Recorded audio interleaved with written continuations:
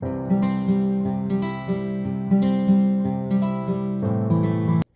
everyone, welcome back. It's Melanie, your She Shed Scrappers. So today I am back with a one-page layout using a digital Felicity Jane collection called Stars and Stripes.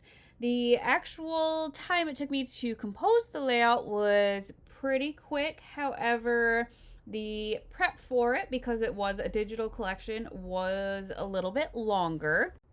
Because I had to print the papers, print the ephemera pieces, and then fussy cut the ephemera pieces out. Again, I am still in the not in the she shed. I'm not in the she shed. So my Cricut is in the she shed while I'm inside. So I really want to try to figure out if I can print then cut using my Cricut, and I think that would make the process go so much quicker than having to fussy cut all of the images. And then also, I don't know, I might even print then cut the papers, because you can see here I'm having to trim all four sides of the papers. For some reason too, I don't seem to get a straight cut. I mean, it's straight, but it doesn't, I don't know how to explain it with my paper trimmer. And so I think it would be a lot easier if I could just use my Cricut. If you guys have experience doing that, please comment below and let me know how it goes, or if you have any tips or tricks, let me know.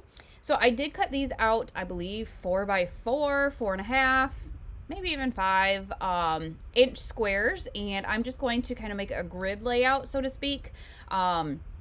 And instead of having them perfectly straight, I decided to kind of angle them a little bit. And I'm going to have these two photos. These, I have scrapbooked my other son's 4th of July from 2020.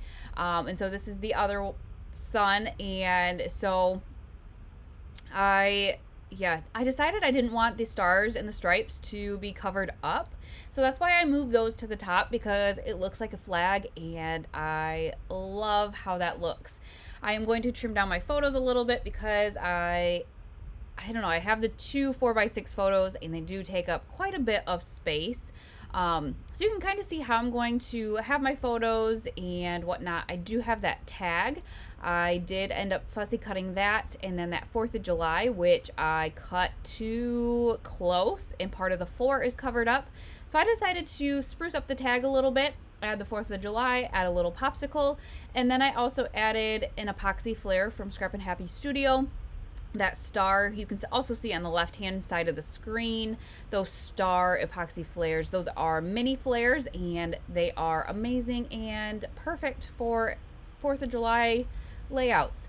So once I have these trimmed down, I am going to place them there, and then kind of get to piecing together the rest of the layout. So like I said, this one came together pretty quickly. I had a good idea what I wanted to do, and actually even had an idea of how I wanted the tag to be, and so I just had to assemble it all.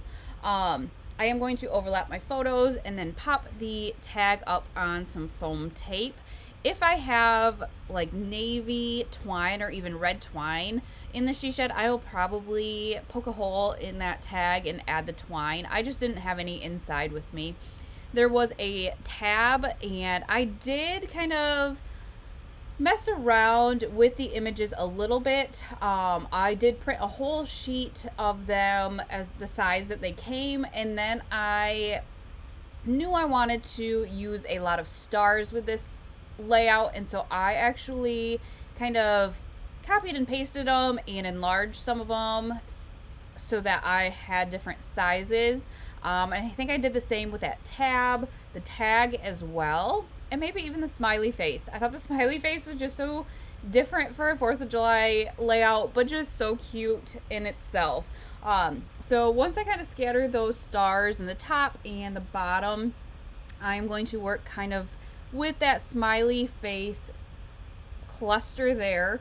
I did get a couple of more 4th of July themed flares from Scrapbook Studio. So I did add a Happy Independence Day one to that bottom cluster, and then I'm going to add a couple more stars.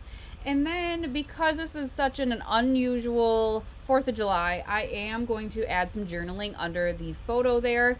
You can see I wanted to kind of play around with more of the star epoxy flares, but just didn't like the way that it looked.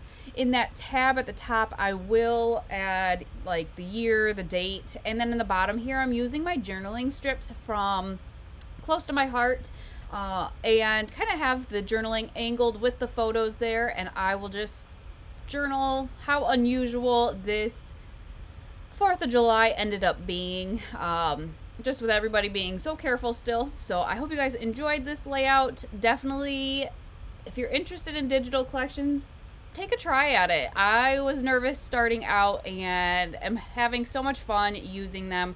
I will have an Easter one coming up Easter weekend, another digital 2-page layout. So definitely keep your eye out for that one, and we will see you next time. Bye guys.